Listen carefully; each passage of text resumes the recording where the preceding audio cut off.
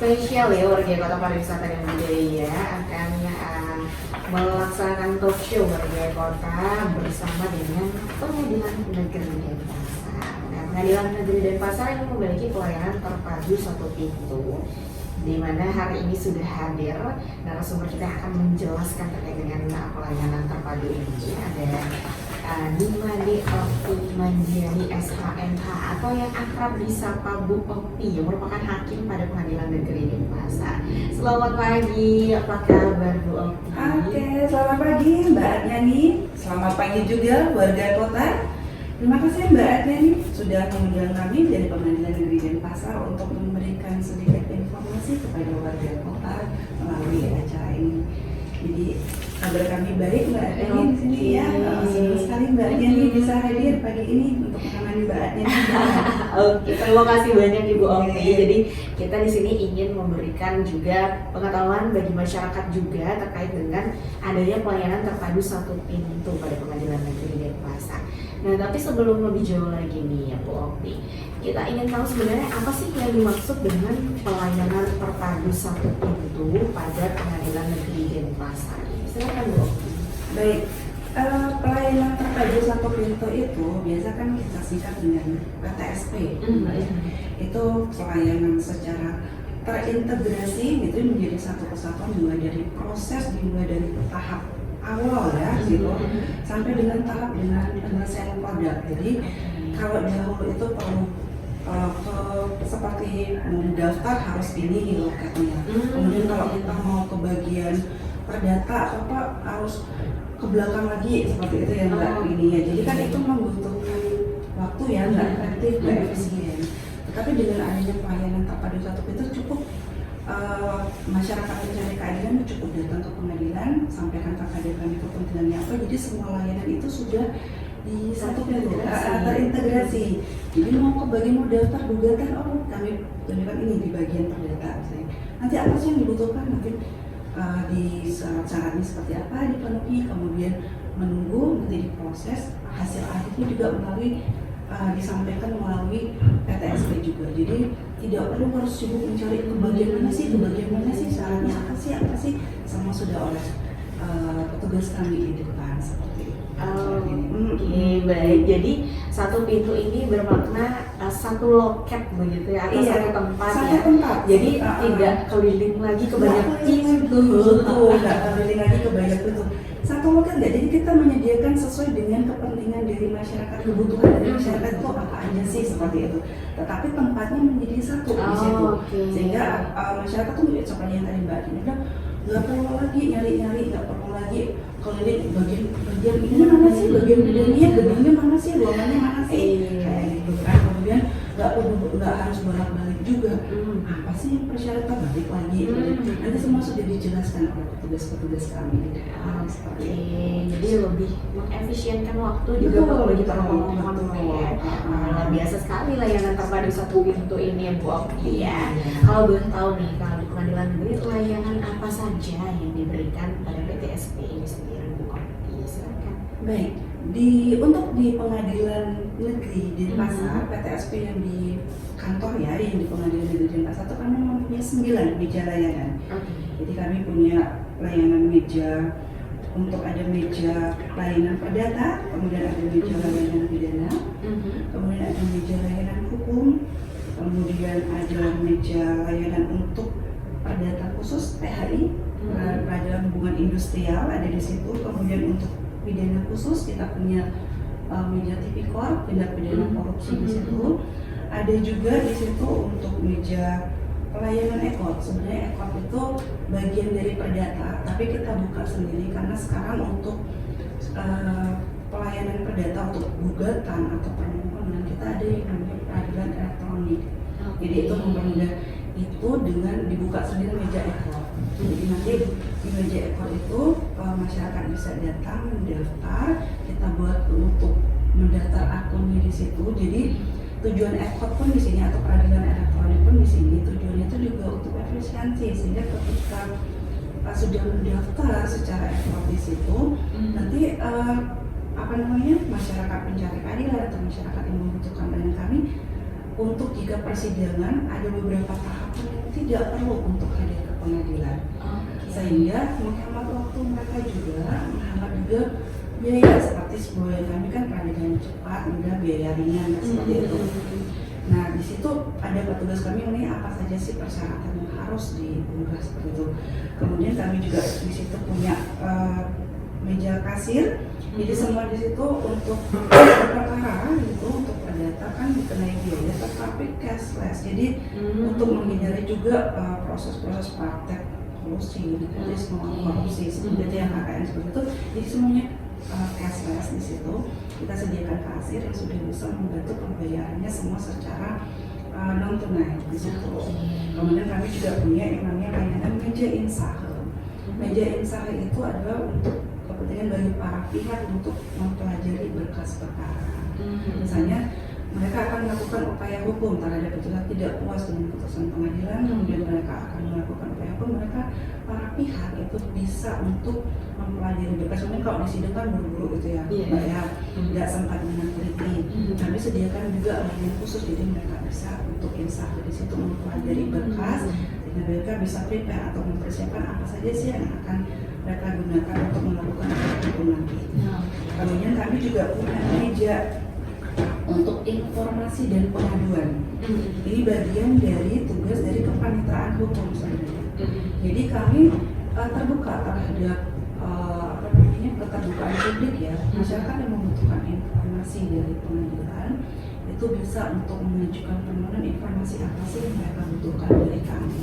Itu ada petugas atau ada meja khususnya. Begitu juga dengan pengaduan. Jika masyarakat merasa tidak puas dengan pelayanan kami, itu kami sediakan juga saran. Jadi untuk apa sih ketidakpuasan mereka? Tetapi tentu juga pengaduan itu juga harus didasari atau punya dasar yang bisa dipertanggungjawabkan, bukan hanya sekedar pengaduannya seperti apa. Tetapi semua itu kami tampung. Artinya apa? Pengadilan Negeri Denpasar selain ini kami juga terbuka terhadap kritik masukan dan saran seperti itu. Jadi silakan jika ada yang ingin memberikan masukan kami menyediakan semua. Selain memang layanan-layanan sudah ditentukan seperti tadi, seperti perdata, pidana, hukum dan seperti itu. Oke, lengkap sekali. Lengkap sekali. Nah, kita agak tertarik ini dengan yang layanan ekot ini Bu Oki. Nah, kalau layanan e-court ini biasanya memang diarahkan oleh pengadilan negerinya ketika pemohon ini mendaftar secara langsung di sana, atau itu bisa keinginan dari pemohon jika ingin melakukan e-court atau seperti apa? Kalau untuk layanan e-court itu kami, karena ini sebenarnya ini mempermudah ya, jadi kami memang menyarankan untuk beracara itu secara elektronik, karena banyak keuntungannya dari beracara secara elektronik. Seperti yang tadi saya sampaikan di depan, kalau untuk beracara secara elektronik ada daftar kita bantu untuk membuatkan akunnya. Kemudian kalau dulu secara manualnya itu sebelum dilakukan peradilan secara elektronik, pemanggilan pihak saja saya contoh konkretnya, untuk memanggil para pihak kita memerlukan waktu. Mereka daftar secara manual. Kalau zaman masih manual, mereka datang, daftarkan permohonan atau gugatannya. Setelah itu kan kita proses menunggu untuk kapan sih ditetapkan hari sidangnya oleh majelis hakim. Itu kemudian setelah ditetapkan oleh majelis hakim kapan hari persidangan, itu dilakukan pemanggilan. Pemanggilan itu bisa 7 hari, bisa ini kan. Kemudian untuk memanggil itu dengan jurusita kami memanggil, petugas kami memanggil itu diperlukan biaya pemanggilan yang akan dibebankan kepada para pihak, yang mendaftar. Tetapi dengan e-court, dengan mereka punya akun, pemanggilan itu dilakukan mungkin waktunya 7 hari, karena kita punya persyaratan minimal 3 hari sebelum hari sidang itu dilakukan pemanggilan terhadap para pihak. Tetapi kemudian biayanya menjadi lebih mudah, karena kemudian pemanggilnya tidak lagi dengan petugas kami yang jalan untuk memanggil mereka, tetapi cukup melalui akun yang sudah didaftar. Nanti akan muncul notifikasinya di akun mereka bahwa diberitakan persidangannya tanggal sekian. Hanya mereka tidak memerlukan biaya untuk memanggil lagi seperti itu. Jadi memang disarankan. Iya, lebih baik. Kalau kami sih menyarankan lebih baik dilakukan secara elektronik. Kemudian ada juga prosesnya seperti jawab misalnya itu ada gugatan, kemudian ada jawaban. Biasanya kan pihak harus datang untuk menyerahkan sendiri seperti itu. Tetapi jika para pihak beracara secara elektronik, untuk proses jawab seperti itu mereka cukup unggah di akunnya masing-masing. Kami verifikasi, jadi tergugat mengajukan jawaban, majelis hakim verifikasi di akun penggugat itu langsung muncul, dan mereka bisa menjawab itu lagi. Jika mereka keberatan, mereka bisa menjawab melalui akun itu lagi, sehingga untuk jawab itu secara daring ya, secara elektronik online. Kemudian setelah nanti pemeriksaan saksi baru kita lakukan di persidangan, karena saksi harus kita ambil sumpahnya seperti itu. Tetapi beberapa proses itu secara online kan mereka nggak perlu datang. Artinya apa? Efisiensi waktu yang dilakukan, efisiensi biaya. Karena untuk datang ke pengadilan itu kan mereka harus meluangkan waktu, mereka butuh biaya, transport seperti itu. Nah, dengan beracara secara elektronik itu kan kami sarankan atau kami sarankan karena banyak benefit atau keuntungan yang bisa diperoleh dengan beracara secara elektronik. Baik. Ini juga memanfaatkan teknologi yang ada ya Bu Oki ya. Nah, kalau tadi disebutkan layanannya ini ada banyak sekali ya Bu Oki. Nah, siapa saja sih yang terlibat dalam pelayanan satu pintu di Pengadilan Negeri Denpasar dan jobdesk-nya ini? Jadi untuk PTSP sendiri kami sesuai dengan SK ya, kita SK dari JPWD itu kita punya ada strukturnya. Ada struktur organisasi, struktur dari PTSP. Jadi untuk di atasnya tentu ada atasan pejabat pengelola. Atasan pejabat pengelola pelayanan PTSP itu puncak pimpinan kami, Ketua Pengadilan Negeri. Di bawah beliau itu ada kemudian pejabat pengelola PTSP. Pejabat pengelola PTSP di sini adalah panitra dan sekretaris. Kemudian ada juga penanggung jawab pelaksana PTSP. Penanggung jawab pelaksana PTSP ini dilakukan oleh tugasnya itu dipegang oleh para panitra muda dan Kasubag yang ada sesuai dengan meja layanan yang ada di kami. Terakhir kemudian ada juga pengawas PTSP di sini bisa dari hakim seperti saya, dan posisi saya adalah di struktur itu adalah sebagai hakim pengawas PTSP. Itu bisa hakim, bisa juga petugas lain yang memang ditunjuk dengan SK pimpinan seperti itu. Dan tentunya garda depannya adalah petugas pelayanan terpadu satu pintu itu sendiri, yang dari staf dari masing-masing kepanitraan. Begitu. Jadi jenjangnya itu bertingkat ya Mbak ya. Jadi mereka melakukan adik-adik atau petugas ini melakukan pelayanan terhadap masyarakat, kemudian dikontrol atau di bawah pengawasan dari panitra mudanya, jadi petugas layanan perdata. Itu yang menjadi penanggung jawabnya adalah panitra muda perdatanya. Dan mereka yang back office-nya, mereka kan front office nih yang memberi pelayanan, tapi kemudian pengambil kebijakan atau yang bertanggung jawab terhadap apa yang diberikan itu ada di panitra mudanya. Panitra muda dari masing-masing bagian ini juga nanti akan bertanggung jawab kepada pejabat pengelola, yaitu panitra dan kasubagnya. Jadi dilaporkan sama mereka apakah layanan ini sudah dijalankan sesuai dengan SOP-nya, ada kendala atau tidak. Itu kemudian dilaporkan lagi kepada atasan, yaitu kepada pimpinan pengadilan negeri. Nah, fungsi hakim pengawas di sini juga berfungsi.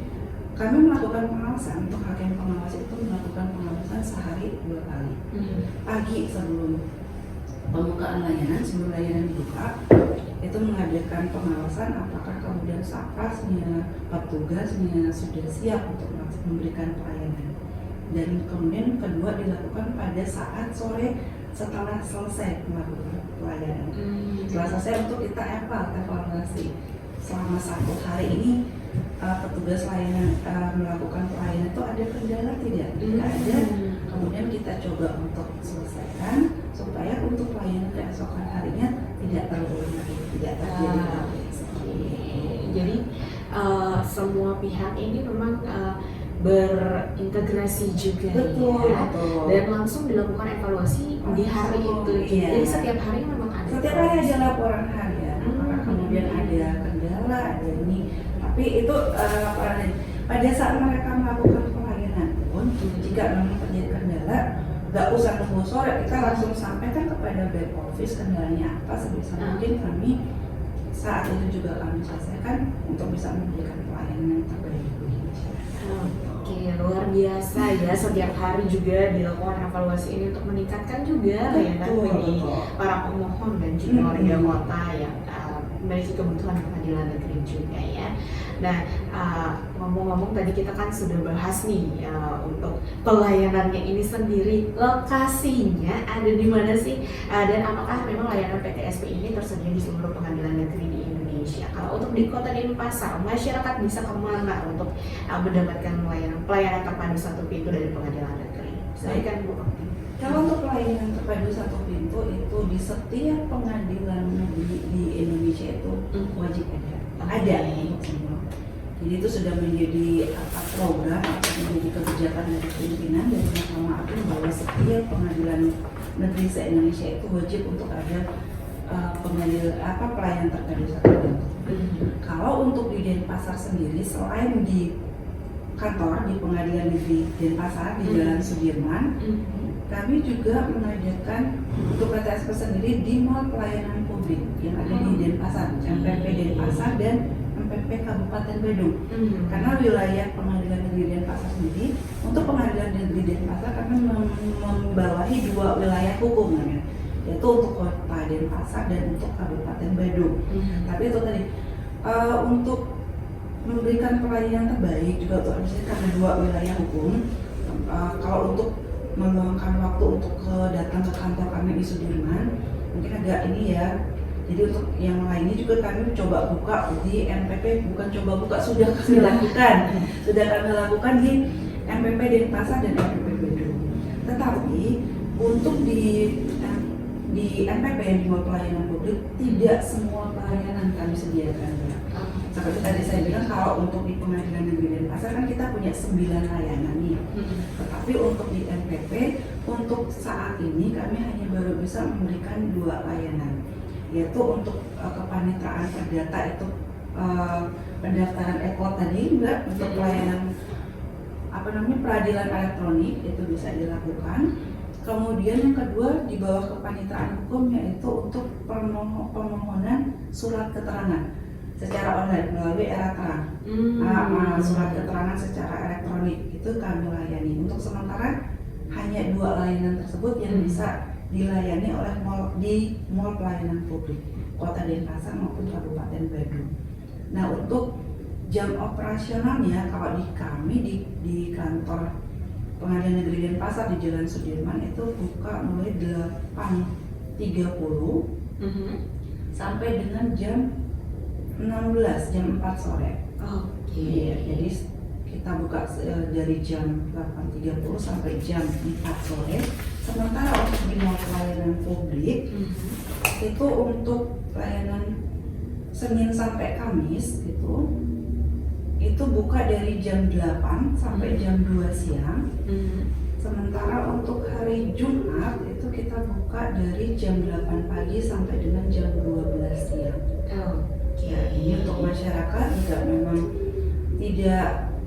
jika untuk pelayanan seperti pendaftaran gugatan atau permohonan secara ekor maupun untuk permohonan surat keterangan, jika memang untuk ke Pengadilan Negeri Denpasar di Jalan Sudirman itu lokasinya jauh atau apa, silakan bisa datang ke mall pelayanan publik. Petugas kami standby dari hari Senin sampai Jumat di jam-jam yang sudah kami terangkan tadi.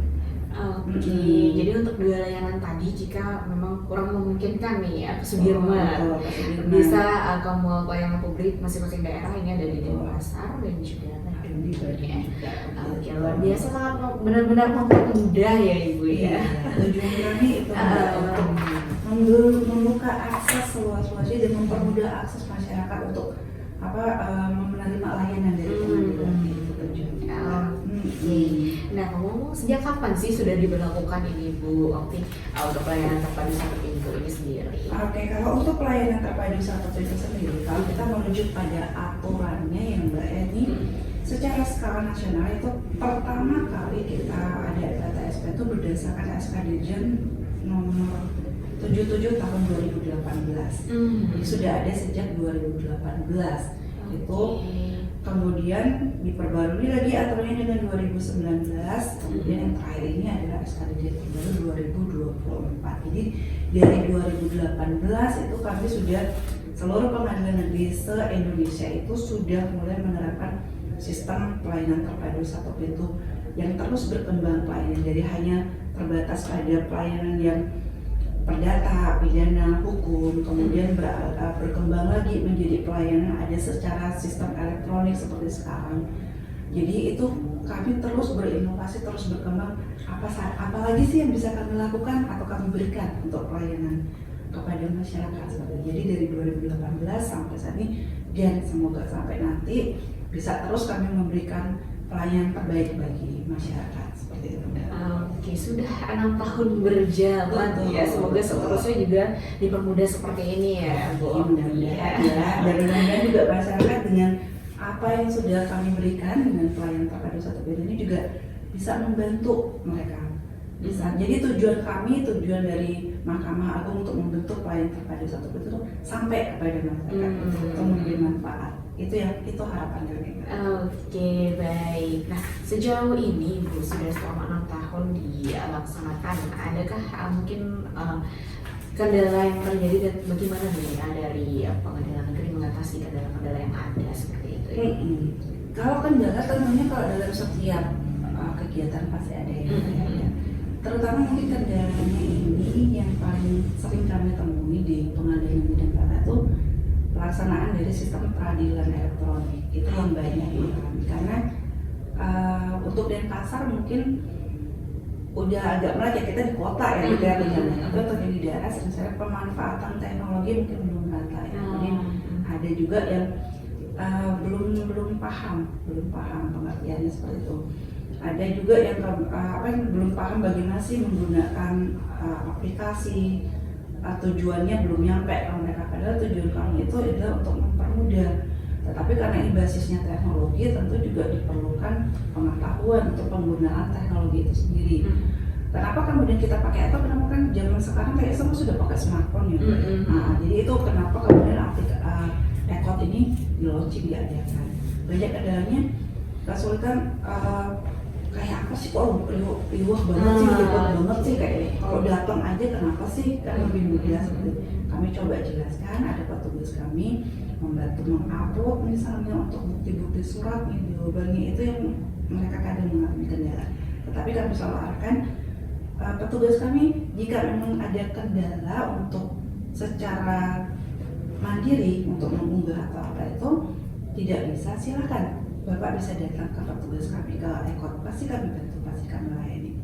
Kemudian ada juga yang namanya pengadilan ya Mbak ya, orang datang pengadilan itu orang datang pengadilan dengan masalah gitu ya. Iya. Udah dengan masalah buat ya tentu kita ngadepin harus pintar-pintar untuk menghadapi mereka. Kadang ada yang karena udah ruwet emosi seperti apa, kita jelaskan persyaratannya seperti ini. Sih persyaratannya banyak banget sih gitu kan, nggak gini-gini kayak gitu. Tapi kan kita bekerja, para petugas kami atau kami pun bekerja di pengadilan itu kan ada SOP-nya, ada aturannya. Nggak bisa lagi, nggak bisa sih cepat itu seperti ini seperti itu. Ya kalau kami pun ingin cepat, tetapi cepat yang sesuai dengan prosedur, bukan cepat kemudian yang asal-asalan seperti itu. Jadi itu kami selalu sampaikan kepada petugas kami sebagai garda depan, apapun yang disampaikan oleh masyarakat kita terima. Anggap itu sebagai kritik, anggap itu sebagai masukan, kita tetap mengutamakan senyum seperti itu ya, kita senyum. Kalau orang datang dengan masalah kita udah sapa dengan ramah, kita tersenyum. Mudah-mudahan mereka juga hatinya jadi adem ya.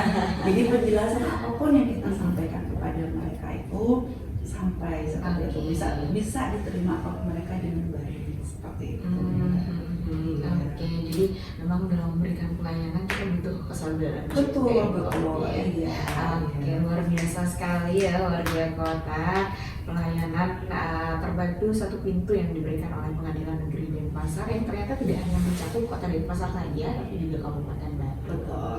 Nah, tadi kita sudah mendapat pencerahan ini tentang layanan PTSP ini sendiri. Jadi warga kota yang ini sedang ada permasalahan dan membutuhkan pelayanan dari Pengadilan Negeri bisa langsung datang ke Pengadilan Negeri atau Mall Pelayanan Publik Kota Denpasar ya.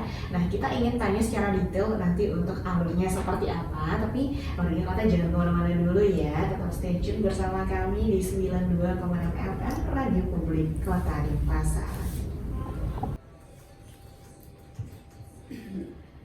92,6 FM KDA, warga kota masih bersama dengan Pengadilan Negeri Denpasar, masih bersama dengan Bu Okti di sini warga kota.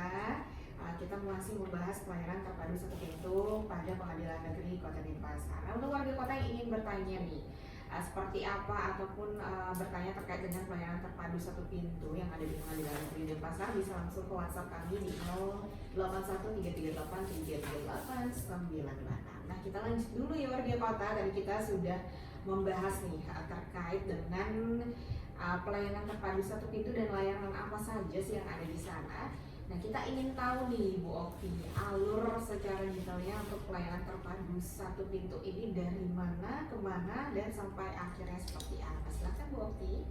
Baik, untuk alurnya, untuk di Pengadilan Negeri Denpasar ya, Bapak Ibu warga kota yang membutuhkan pelayanan kami bisa langsung datang, bisa datang ke kantor kami di Sudirman, Pengadilan Negeri Denpasar Sudirman.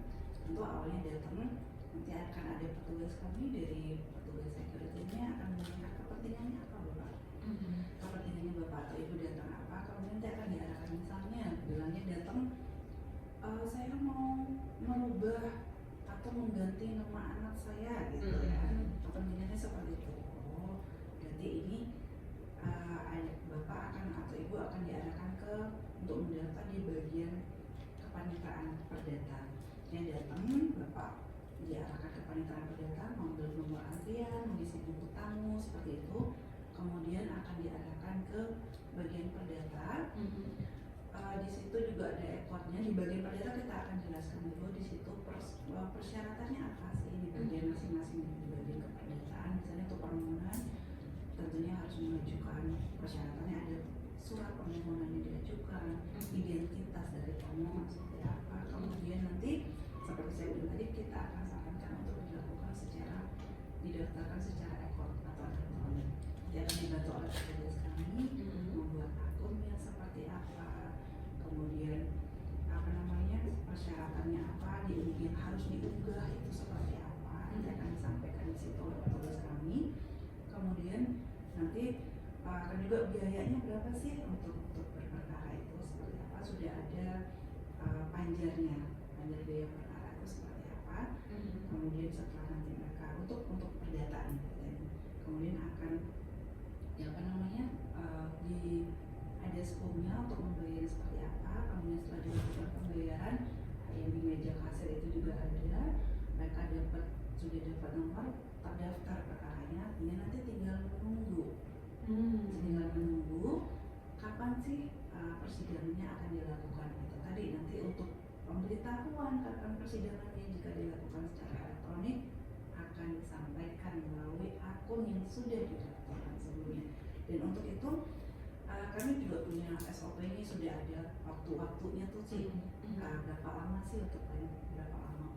Jadi apa namanya, tinggal datang saja, penuhi persyaratannya, menunggu hasil akhirnya seperti tadi permohonan. Hasil akhirnya seperti apa? Kalau saya datang mau ganti nama anak saya, hasil akhirnya adalah mereka dapat nomor pendaftaran perkaranya dan tinggal menunggu kapan mereka akan bersidang.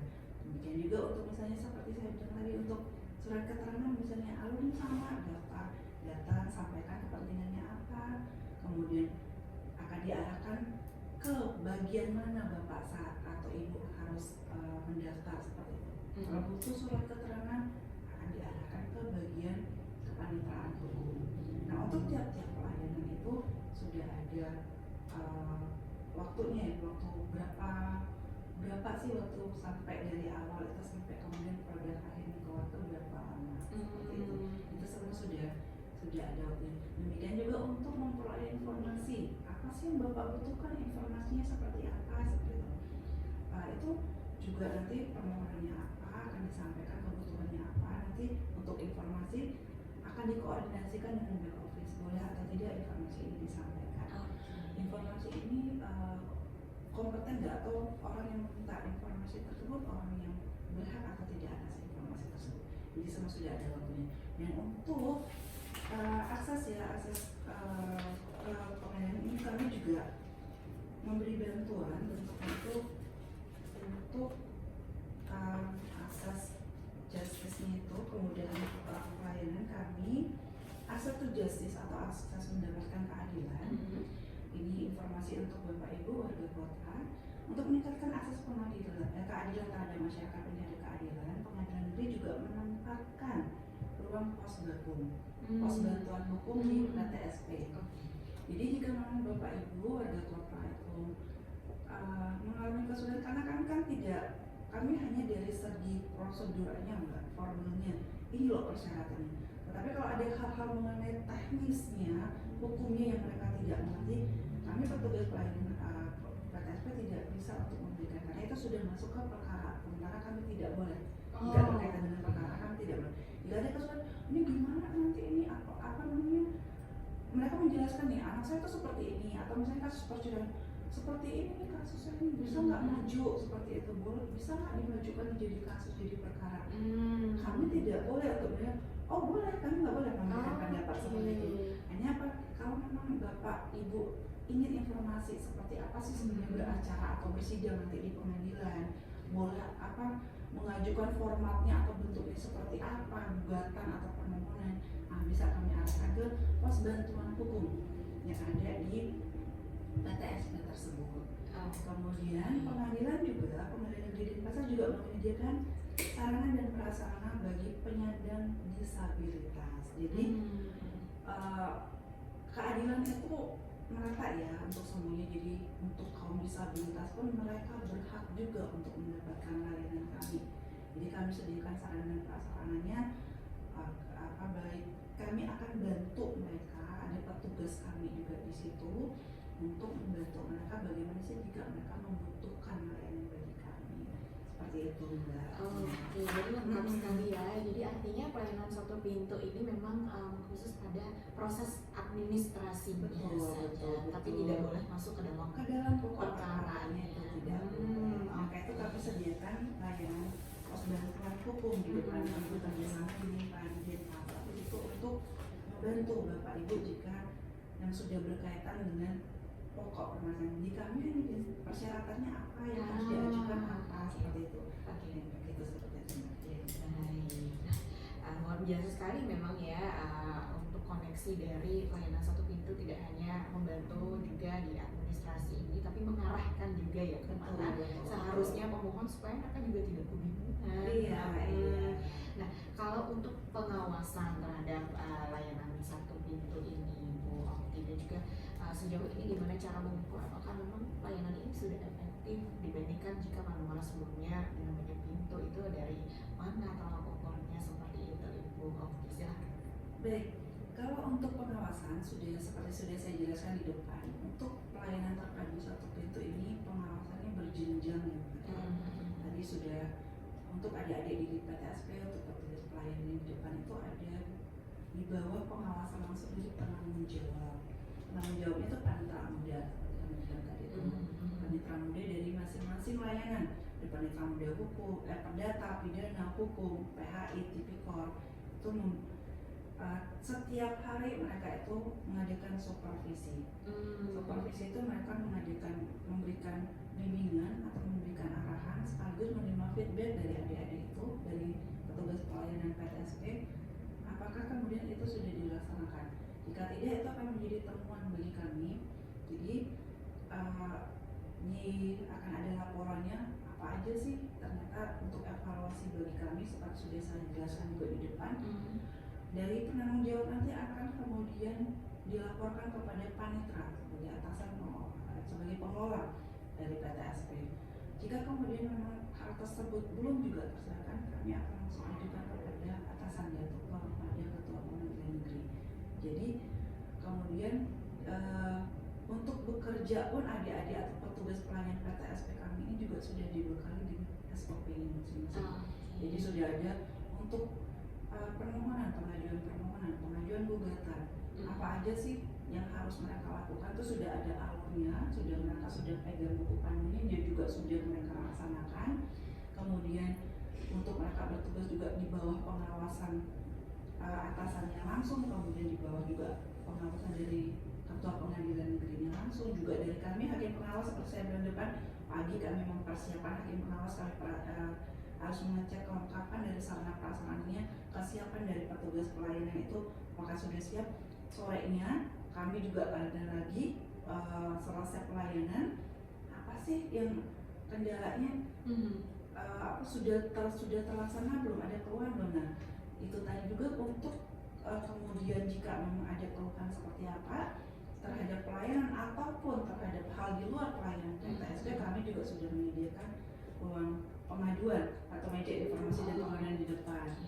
Kemudian apa sih namanya, untuk mengukurnya itu tentunya setelah selesai pelayanan itu kami ada yang namanya survei, Mbak.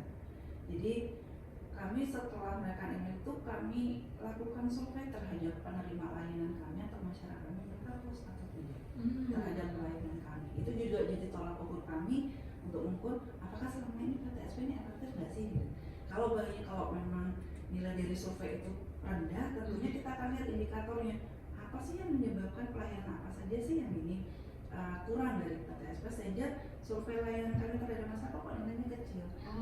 Ya, tapi syukurnya selama ini nilai dari survei terhadap pelayanan kami itu ya bagus sementara ini. Jadi tapi itu juga nggak membuat kami besar kepala ya Mbak ya. Bagus bukan berarti kemudian kami yaudah gitu-gitu aja, tetap aja kami juga tetap melakukan peningkatan seperti itu. Luar biasa sekali. Jadi kalau sudah ada yang tidak berjalan sesuai dengan SOP, masyarakat bisa langsung ke meja pengaduan tadi ya. Bisa sampaikan seperti itu. Keluhannya apa sih seperti itu supaya kami bisa segera tindak lanjuti seperti itu. Luar biasa ya, dari ujung sampai ujung ini benar-benar sangat diawasi sekali ya. Betul. Dan bahkan menjadi langsung menjadi bahan evaluasi bagi betul. Dan setiap hari juga untuk bulanannya juga kami setiap bulan juga untuk masing-masing kami harus menerima laporan, kemudian kami juga harus tindak lanjuti itu tadi supaya kemudian tidak terulang lagi, tidak kejadian lagi. Jadi keluhan yang sama betul seperti itu. Ibu izin ini sudah masuk pertanyaan ya dari WhatsApp kami. Jadi kita bagi bacakan dulu ya Bu. Baik. Oke, mau langsung dijawab atau kita bacakan semua dulu? Ini ada Baik. dua pertanyaan. Baik, silakan. Oke. Baik, dari Jordan di Pemogan. Nah ini maaf saya baru ikut ini, ingin tanya mengenai pelayanan sidang elektronik di pengadilan negeri. Untuk pendaftarannya syaratnya apa saja ya? Oke. Baik, untuk persyaratan bersidang secara elektronik, tentu silakan datang ke bagian perdata kami. Di situ tentunya kepentingannya apa? Masnya ini mau permohonan atau gugatan? Untuk disiapkan di situ surat gugatan atau surat permohonannya itu disiapkan, kemudian identitasnya di situ, kartu identitasnya seperti apa. Kemudian oleh sistem biasanya juga diminta untuk mengupload bukti-bukti awal seperti itu. Misalnya nih, kalau mereka mengajukan gugatan perceraian, logikanya kalau mereka melakukan perceraian tentu sebelumnya ada perkawinan dong, seperti itu. Nah, kalau untuk karena nggak mungkin kita nggak bisa putus perceraian kalau nggak ada perkawinan ya. Apa sih kemudian bukti bahwa mereka ada perkawinan? Sebelumnya tentu ada yang namanya akta perkawinan seperti itu. Kemudian kenapa kita butuhkan kartu identitas KTP untuk menentukan kemudian mereka bisa melakukannya di wilayah pasar atau tidak. Itu diperlukan kartu identitas, kartu identitas, kemudian dasar mereka untuk melakukan mengajukan permohonan atau gugatan tersebut. Misalnya melakukan perubahan nama di akta kelahiran. Jadi namanya melakukan perubahan akta kelahiran itu harus ada akta kelahirannya kan seperti itu. Itu nanti diunggah seperti itu. Nanti kemudian setelah persyaratannya itu ada, nanti akan biayanya dihitung biaya perkara berapa, Bapak akan dapat skop, silakan dibayar, nanti akan dapat nomor perkara.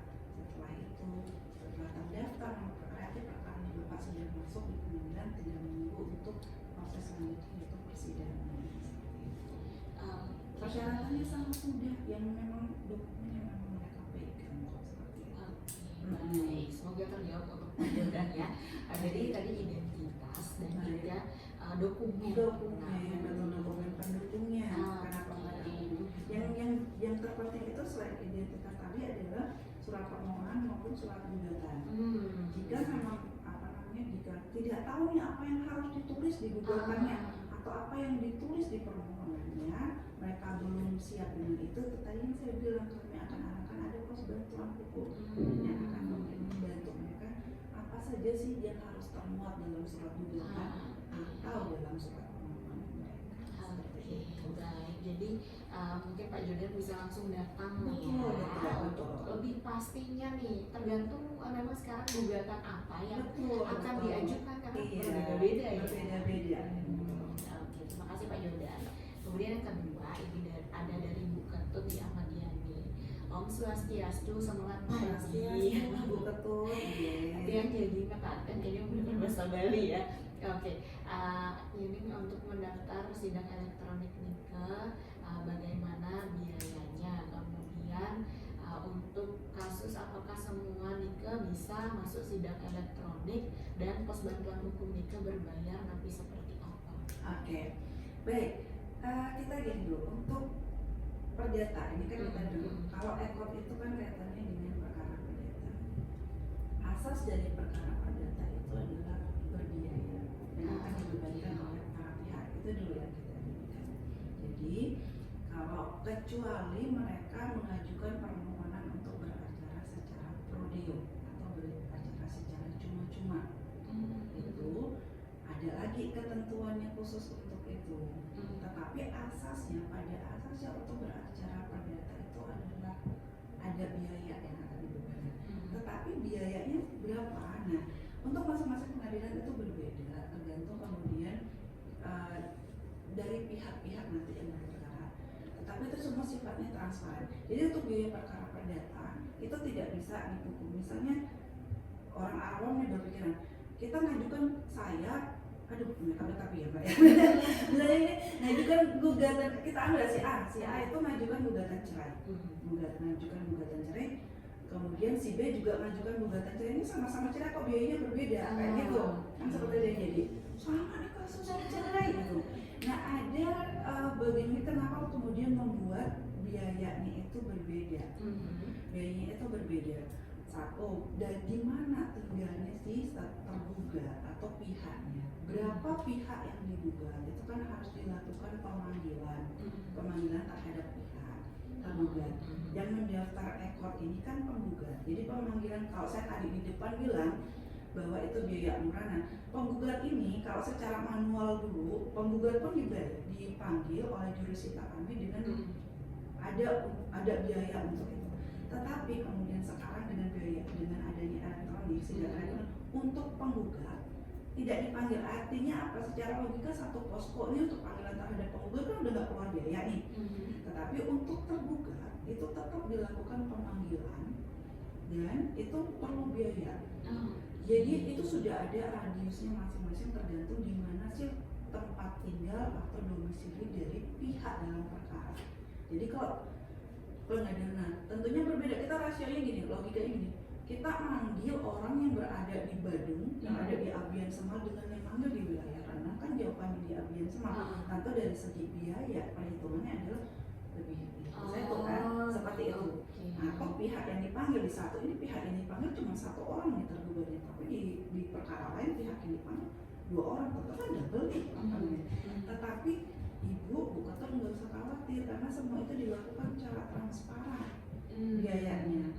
Jadi nggak apa namanya, nanti akan ditunjukkan oleh nanti, oh ini loh ibu akan membayar panja biaya perkara, kemudian uang yang ibu bayarkan tersebut atau panja biaya perkara tersebut nanti sudah ada rinciannya, dipergunakan untuk apa saja sih uang tersebut. Yang jelas semua dipergunakan untuk proses penyelesaian perkara itu, bukan untuk hal-hal yang lain seperti itu. Nanti akan untuk biaya saya tidak bisa menjelaskan di sini berapa sih pastinya, karena kemudian itu ada bagian kasir nanti yang akan menghitungnya. Bagian kasir yang akan menghitung, silakan nanti Bu Ketua datang sendiri, silakan untuk bertanya biaya yang berapa. Di situ nanti akan dijelaskan oleh petugas kami di situ. Jadi kami di pengadilan berupaya untuk bekerja secara transparan begitu. Oke, semoga bisa terjawab Bu Ketua. Dan mungkin satu lagi yang untuk pos bantuan hukum itu apakah ada biaya? Untuk pos bantuan hukum kami sendiri itu seperti tadi, untuk jika menggunakan jasa mereka untuk beracara nanti itu mungkin itu antara klien nanti umumnya sudah antara klien dengan kuasa hukum, tentu itu memerlukan biaya. Itu untuk ke pos bagum sendiri silakan ibu bisa tanyakan untuk ke pos bagum. Nanti tidak bisa apakah kemudian nanti ibu hanya meminta saran atau akan menggunakan jasa mereka nanti untuk beracara. Jika menggunakan jasa mereka, kemudian pengadilan sudah tidak lagi terlibat di situ, itu sudah hubungan antara pemberi jasa dan penerima jasa. Tetapi itu tadi karena kami sarankan ke situ. Kalau ibu mau pakai silakan, kalau enggak mau cari kembali silakan.